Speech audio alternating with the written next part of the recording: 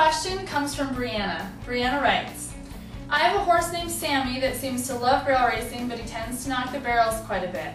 I will soon be handing Sammy down to my younger sister, and I want him to be good for her. Are there any exercises or tips that might help me? He is sweet and loves barrel racing so much that he actually does the pattern himself. Sammy has great barrel racing potential, but he just has a few problems that need fixing. He's extremely fast and controlled, but as soon as he comes to the barrel, he seems to think the aim of the game is to tip the barrel to win. You can always feel him coming in really close, and he doesn't always respond well when I try to steer him around the barrel. Thanks for your question, Brianna. Tipping barrels is, of course, the biggest problem that barrel racers deal with, so you're not alone there. What I will say first off is that if it seems like Sammy is knocking the barrels over on purpose, it's only because he has been conditioned to do so. Fixing a problem like this requires a shift in perspective and taking on responsibility for the habits our horses develop and realizing that they are directly connected to what we have trained them to do. For some barrel racers, this is a hard pill to swallow, but I am committed to providing real lasting solutions to help barrel racers take their competition to the next level, and that sometimes involves pulling back the curtain and getting honest with ourselves about where our problems really stem from. To get you started, we're going to dive into 4 key areas to look at, which will help resolve an issue with tipping barrels.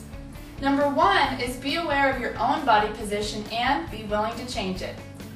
All the time you spend and efforts you take to correct this issue won't get you very far if your body position is creating a tendency for your horse to position himself in a way that makes tipping barrels more likely.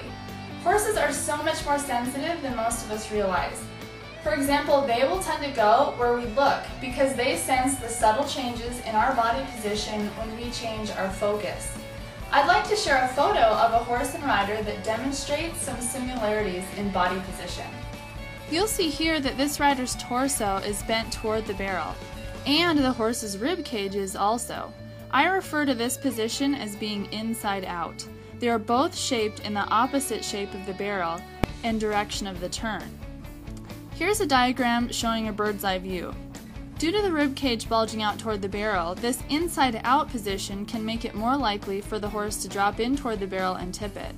Horses will often position their body in the way we position ours. So make sure you are balanced in the saddle, not leaning one way or the other, looking up and ahead where you want to go, with your shoulders lifted, and be especially aware of the position of your torso while you're riding. Number 2, improve the horse's responsiveness to bit and leg pressure.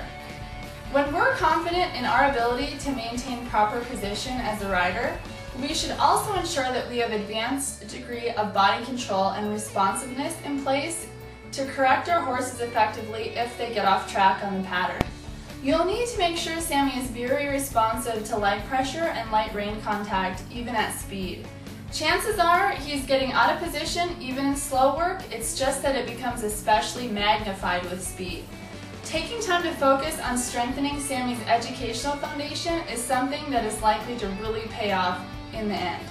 Again, I provided a link to a previous Q&A which goes into greater detail on this. Number 3 is to train your horse to be independent on the barrel pattern. Independence on the barrel pattern is the subject of the free guide offered here at barrelracingtips.com from 12-time NFR qualifier Kay Blanford.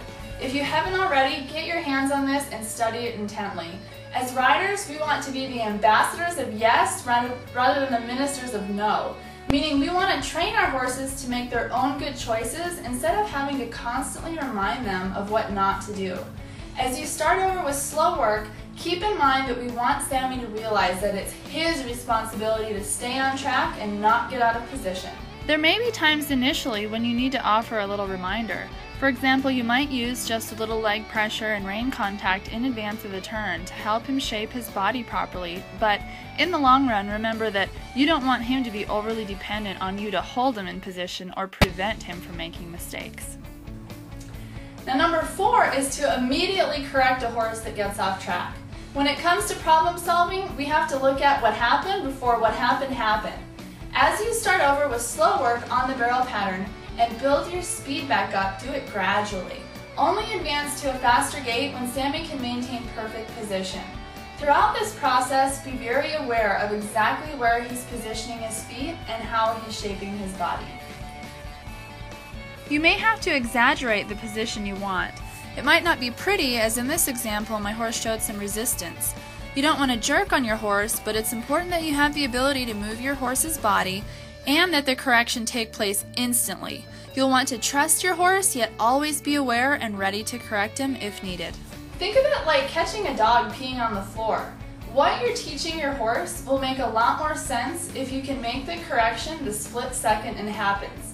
In other words, as you're retraining Sammy at home, never allow him to tip a barrel and just keep going without correcting him first.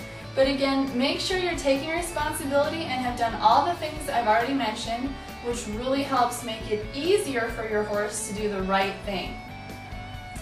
To keep the barrel standing, let's quickly review the 4 points again.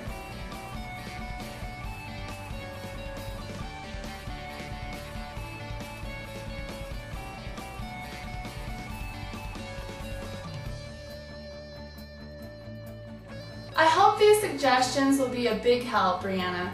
Remember that when issues crop up on the pattern, we can choose to embrace them and see them as signs pointing us in the direction we should go next.